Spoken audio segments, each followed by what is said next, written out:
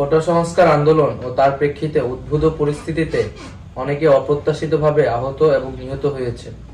তাছাড়া রাষ্ট্রীয় স্থাপনায় অগ্নিসংযোগ সহ নানা সহিংস ঘটনা ঘটেছে। আমরা এই সকল অনাকাঙ্ক্ষিত ঘটনা তীব্র নিন্দা জানাই এবং সুষ্ঠু তদন্ত সাপেক্ষে দ্রুত বিচারের দাবি জানাচ্ছি। আমাদের প্রধান দাবি ছিল কোটার যৌক্তিক সংস্কার, যা ইতিমধ্যে সরকার পূরণ করেছেন।